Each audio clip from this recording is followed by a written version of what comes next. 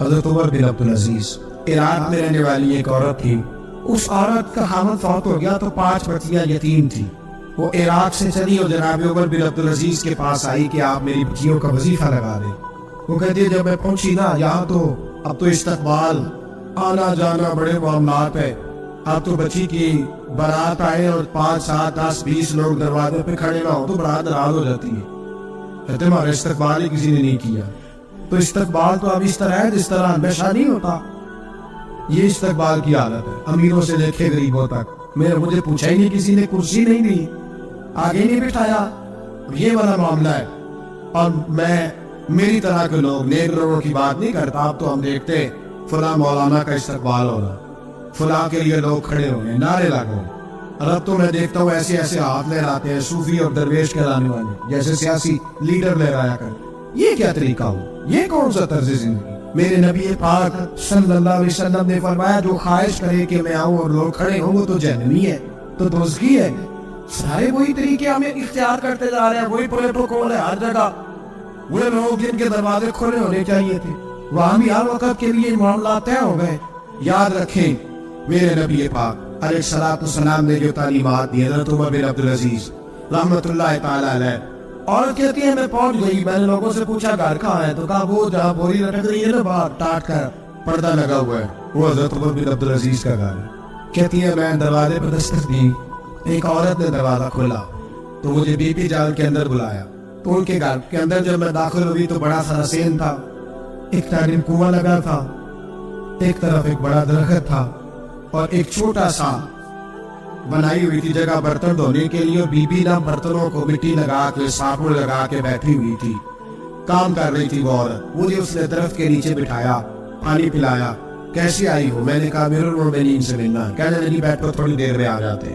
کہتی تھوڑی, میں نے سمجھا گھر کی کوئی ملازمہ ہے, میں بیٹھ گئی. تھوڑی دیر گزری, پھر دستک ہوئی, اس بی بی نے اٹھ کے دروازہ کھولا. تو جب وہ شخص اندر آئے تو کہنے لگی بڑی دیر سے برتنوں کو صابن لگا کے بیٹھی ہوں, کہاں رہ گئے؟ کہتی ہے وہ صاحب کہنے لگے بس ذرا مصروف ہو گیا تھا, دوڑے گئے کنویں سے پانی نکالا, بی بی کو دیا, اس نے برتن دھوئے. کہتی ہے پھر تھوڑا سا سرکہ اور ایک رات کی روٹی وہ لائی, اس شخص نے کھائی. میں نے کہا کہ یہ دونوں گھر کے ملازم ہیں, میاں بیوی کام کرتے ہیں. جب وہ کھانا کھا چکے تو عورت میرے پاس آئی, کہنے لگی اٹھ کے مل لو امیر المومنین سے. میں نے کہا کون امیر المومنین؟ تو کہنے لگی کب سے تو آئے ہیں, یہ جس نے کنویں سے پانی نکالا یہی مسلمانوں کا بھی ہے, اور یہ جس نے درخت کے نیچے بیٹھ کے سرکے سے روٹی کھائی ہے, یہ فرشتوں کی داستان نہیں, یہ وہ لوگ ہیں. میں رات کو بھی کہہ رہا تھا ایک جگہ پہ کہ یہ لوگ جو ہے نا جن کا آپ لوگ شکوا کرتے ہیں گھومتے بڑی خراب ہے, یہ کوئی نہیں خراب, بالکل خراب نہیں. اتنے سیاسی لیڈر ہیں سارے صحیح ہیں. خراب وہ لوگ ہیں جو انہیں ووٹ دے کے لیڈر بناتے ہیں, بالکل خراب نہیں. میں تو ان کے حق میں ہوتا جا رہا ہوں. لال ہو گئے نا آپ لوگ, اللہ کرے تو ہو جو اگلے الیکشن سیانے میں ہو گئے. آمین تو کہہ دیں. میں نے کوئی مشورہ نہیں دینا, اس لیے کہ میری نظر میں کوئی ایسا شخص نہیں جس کے لیے میں آپ سے کہہ سکوں کہ ووٹ دے. اور ہم تو ایسی بات کریں تو کئی لوگ ناراض ہو کے چلے جاتے ہیں, لیکن کوئی پرواہ نہیں, اس لیے کہ یہ دین میرے نبی پاک کا دین صرف مسجد کا دین نہیں. انشاءاللہ آئندہ جمعہ نظریہ پاکستان بیان کروں گا اور بتاؤں گا کہ پاکستان کا مطلب کیا, لا الہ الا اللہ محمد رسول صلی اللہ علیہ وسلم. حضور کا جو قرآن نافذ ہوگا مسجد میں, وہ قرآن کچہری میں بھی نافذ ہوگا انشاءاللہ. اور وہ قرآن نافذ ہونے آیا ہے, اسمبلیوں میں وہی قرآن نافذ ہوگا انشاءاللہ. اور یہی چراغ جلے گا تو روشنی ہو. بیان کریں گے اور ڈٹ کے بیان کریں گے, آپ کو بتائیں گے. بات جو بات سمجھا رہا ہوں فی الوقت وہ سمجھے, مجرم وہ نہیں جو بڑا بن کے لوٹتا ہے, مجرم وہ ہے جو اس کو سپورٹ کرتا ہے, جس نے اسے بڑا بنایا ہے. یہ یاد رکھ لیں, ہماری کوئی بچت نہیں ہوگی ہم سے پوچھا جائے. ہم سارے کچہری میں کھڑے ہو گئے, اللہ سوال کرے گا کہ تم بتاؤ تم ان کے مددگار کیوں بنے تھے, تم سپورٹ کیوں کرتے تھے, کہ پوچھا جائے گا, ہم نے جواب دینا ہے. بہرحال عام دام بس سے مطلب جناب عمر بن عبدالعزیز رحمۃ اللہ علیہ کے وہ بیٹی گئی تو کہنے لگی کہ یہ امیر المومنین نے کہا, اٹھ کے حاضر ہوئی, کہا حضور میں عراق سے آئی ہوں, میرا خامد فوت ہو گیا, میری 5 بیٹیاں ہیں, وظیفہ لگا دے. وہ بی بی کہتی ہے میرا دل تھا کہ یتیم بچیوں کا 100 دینار سال کا لگا دیں گے تو بڑی بات ہے. کہتی ہے جب میں ان کے پاس گئی تو حضرت عمر بن عبدالعزیز کو بتایا تو وہ رونے لگ گئے اور مجھ سے معافی مانگنے لگی. میں نے کہا حضور آپ کیوں معافی مانگتے ہیں؟ تو کہنے لگے اس لیے معافی مانگ رہا ہوں کہ تو میری رعایا میں تھی اور تیری 5 بچیاں یتیم تھی, تجھے خود چل کے آنا پڑا ہے. میرا کام تھا تیری خبر لیتا, معاف کر دے اللہ کی رضا کے لیے. انہوں نے وظیفہ لکھنا شروع کیا تو میری ایک بچی کا 1000 دینار سال کا لکھا. میں نے کہا اللہ تیرا شکر ہے. پھر دوسری بچی کا 1000 لکھا تو میں نے کہا اللہ تیرا شکر ہے. تیسری کا 1000, چوتھی میں نے کہا شکر ہے. جب چوتھی کا لکھا تو میں نے کہا اللہ آپ کا اقبال بلند کرے, اللہ آپ کو ہمیشہ اسی طرح پھلتا پھولتا رکھے. کہتے ہیں جناب عمر بن عبدالعزیز نے قلم رکھ دیا. فرمانے لگے میں 5ویں کا وظیفہ نہیں لکھوں گا, 4 بہنوں سے کہنا بانٹ کے اسے بھی دے دیں. کہا حضور کیوں؟ آپ فرمانے لگے جب تک تو اللہ کا شکر ادا کرنا اتنی میں بھی رب سے جڑا ہوا اور اللہ سے ڈر کے لکھ رہا تھا. تو نے میری تعریف کی ہے, اب میری ذات آ گئی ہے. اب میں اگر یہ وظیفہ لکھوں گا تو اس سے اللہ راضی نہیں ہوگا, اس سے میرے نفس میں ریا پیدا ہوگی. اب میں 5ویں کا نہیں لکھوں گا. جا اور جا کے عراق کے گورنر کو دے. بی بی کہتی ہے میں گھوڑے پہ بیٹھی اور میں چند دنوں کے بعد عراق پہنچی.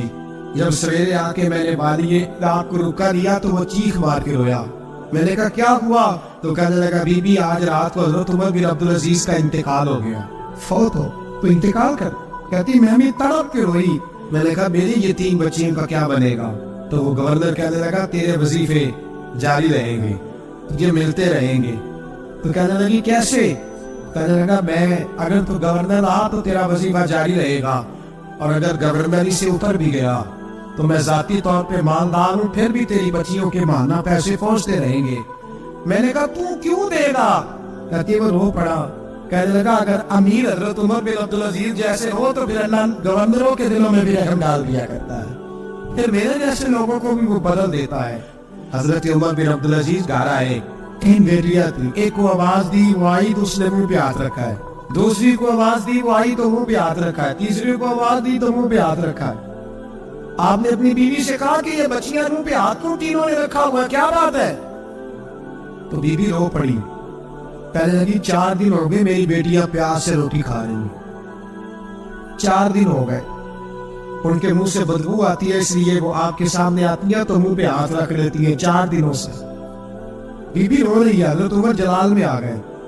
آپ فرمانے لگے تو یہ رو رہی ہے, تو رو رہی ہے, تو نے میرے گھر میں رہ کے اللہ کی ناشکری کی ہے. تو شکر ادا نہیں کرتی کہ 3 وقت پیاز اور روٹی تجھے گھر کی 4 دیواری کے اندر مل جاتا. رو رہی ہے. میں میرے ساتھ باہر نکل, مجھے وہ لوگ دکھاؤں جو جھوپڑیوں میں رہتے ہیں اور مانگ کے کھاتے ہیں. تجھے دکھاؤں تیری ناشکری کہ گھر کے اندر پیاز پہنچ رہا ہے, روٹی پہنچ رہی ہے, اور تو کہتی ہے میری بیٹیاں پیاز سے کھاتی ہے. شکر کر فاقے نہیں کاٹنے پڑے.